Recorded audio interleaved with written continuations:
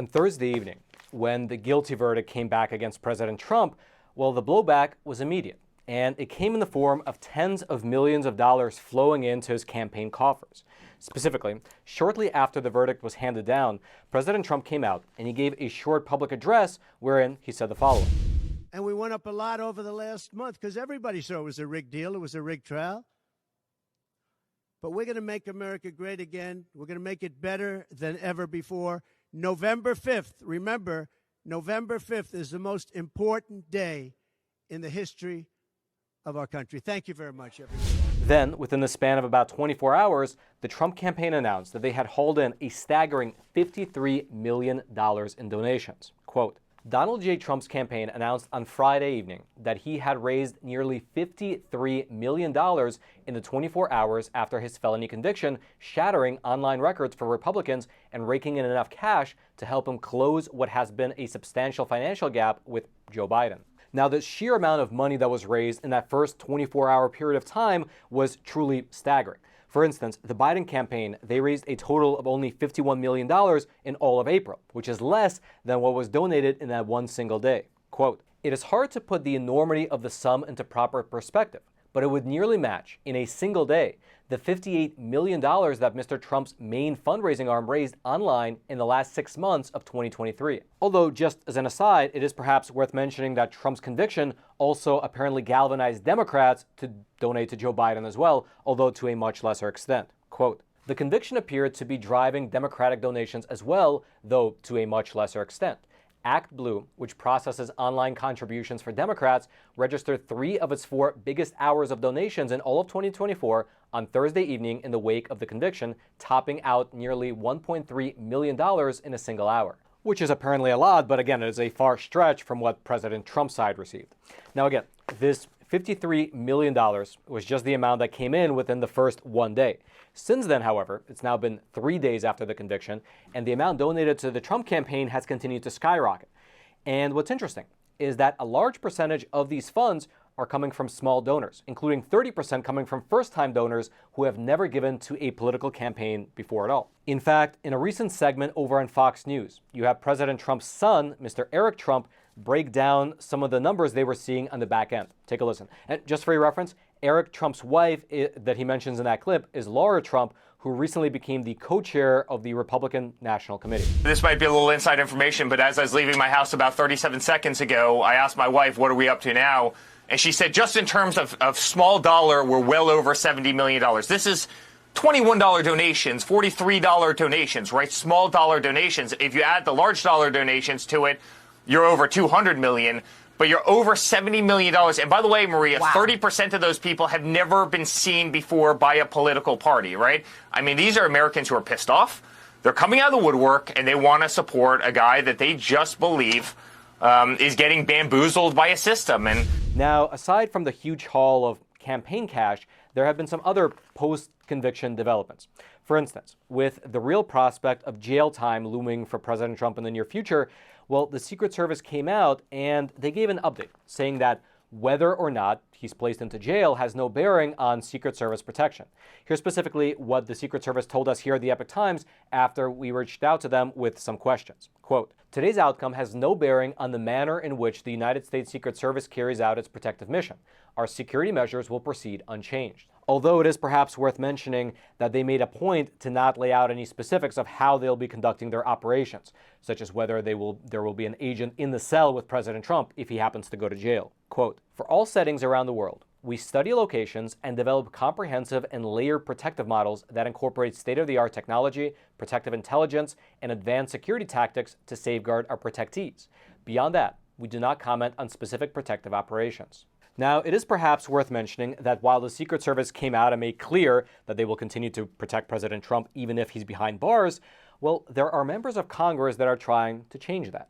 For instance, back in April, when the Stormy Daniels trial first began, you had Congressman Benny Thompson. He's a Democrat from the state of Mississippi, and he filed this bill right here, H.R. 8081, or as he titled it, the quote, denying infinite security and government resources allocated toward convicted and extremely dishonorable former protectees act, otherwise known as the disgraced former protectees act. And as the title pretty much makes clear, this new bill would, quote, strip Secret Service protection from former presidents upon sentencing following conviction for a federal or state offense that is punishable for a term of imprisonment for at least 1 year. Now, given the fact that this bill was referred to the House Judiciary Committee, whose current chairman is Mr. Jim Jordan, a Republican from Ohio, well, as well as the added layer of fact that the Republicans control the House as a whole, meaning that this bill is probably not going anywhere. But it does show that there's at least a strain of thought within Congress looking to strip President Trump of his Secret Service protection if he were to get thrown into jail. And a bit along that line, President Trump gave an interview to Fox News just yesterday wherein he said that he's okay with the prospect of jail time, and he added the following. You could decide to say, hey, house arrest or even jail. It How could. do you face what that could look I'm okay with it. I saw one of my lawyers the other day on television saying, oh, no, you don't want to do that to the president. I said, you don't beg for anything. You just, the way it is. Think of it. They have all my books. You know, they went to, for 5 years, they sued me getting my tax returns, right? At the end of 5 years, they got them. The Supreme Court actually gave it to them. That was the end of it. That was it. They never found anything. They hired the best accounting firms. I had a pure gold firm. They call it a gold-rated firm. I don't know. It's supposed to be. Who knows? But with all that stuff, for years you heard about my tax. They never looked into the Clinton Foundation. And they never found it. They never went all the way with the Clinton Foundation. They never went all the way with the Clinton Foundation, which is sort of interesting, isn't it? But so that could happen. I don't know that the public would stand it. You know, I'm not sure the public would stand for it. With a, if they tried house arrest I think it would be tough for the public to take. You know, at a certain point, there's a breaking point. And that general sentiment about things reaching a boiling point was actually echoed by Senator Rand Paul of Kentucky, who said the following over on Fox Business. You know, a sad day in America, and what I worry about is something even bigger than Donald Trump. I worry about strife. I worry about war in the streets. I worry about 50% of the public believing that the court system will be used against them. You know, once upon a time it was because of the color of your skin, now because of the shade of your ideology. I worry about that, and I worry when half the country thinks they won't be treated fairly, what happens and how people react. And so that is where we currently stand. President Trump was found guilty of all 34 counts against him in the Stormy Daniels New York case.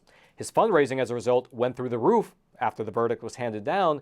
And then in terms of the next step, well, we'll have to wait a month and a half until July 11th, which is when Judge Merchan will actually hand down the punishment. It'll be up to the judge to decide whether or not President Trump gets sentenced to jail, probation, a fine, or a combination of all three. Until then, I'd love to know what you think. Do you think that this conviction will ultimately help President Trump secure the victory in November, evidenced by the rise in donations?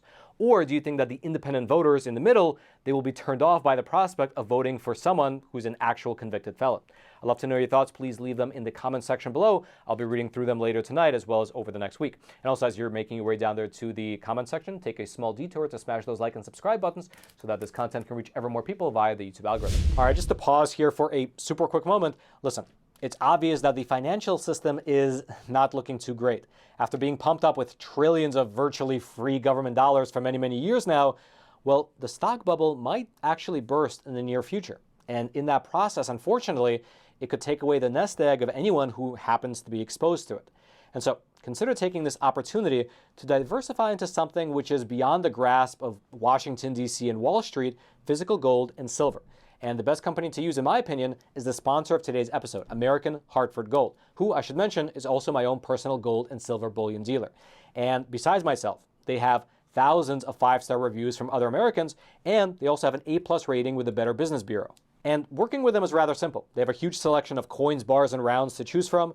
They have super friendly staff who you can call, and they can set up either gold delivery directly to your doorstep, or they can even set you up in a gold IRA. And then lastly, best of all, if you tell them the Roman sent you, they will throw in a free gold coin with your first qualifying purchase. So give them a call. The number is 866-242-2352. That's 866-242-2352. Or you can simply text Roman to 65532. I'll also throw a link to their webpage. It'll be down there in the description box below. And then lastly, if you enjoyed today's content and you're just thinking to yourself, man, I love this episode, I just wish Roman would publish more episodes every week. Well, you're in luck, because I do. Over on Epoch TV, our awesome no censorship video platform, I publish anywhere between 1 to 3 exclusive episodes of Facts Matter every single week, usually on topics that are unfortunately too spicy for here on YouTube. And so if you'd like access to those exclusive episodes, including a huge backlog from the last 3 years, well, you're in luck, because right now we're running an awesome promotional sale. Just 25 cents a week for the whole year, which, if you do the math, works itself out to just be a little bit over $1 a month. And so if you'd like access to that exclusive content, including, again, that huge backlog from the last several years, well, you can take advantage of that sale by clicking on that button right below this video. That link is right there. You click on it, it'll take you to the sale page. You can try the Epoch Times, just 25 cents a week. If you're not satisfied, you can even cancel anytime. So it's a pretty much no-brainer promotion. The link to it, again, is right there at the top of the description box below. And then, until next time, I'm your host, Roman from the Epoch Times. Stay informed, and most importantly, stay free.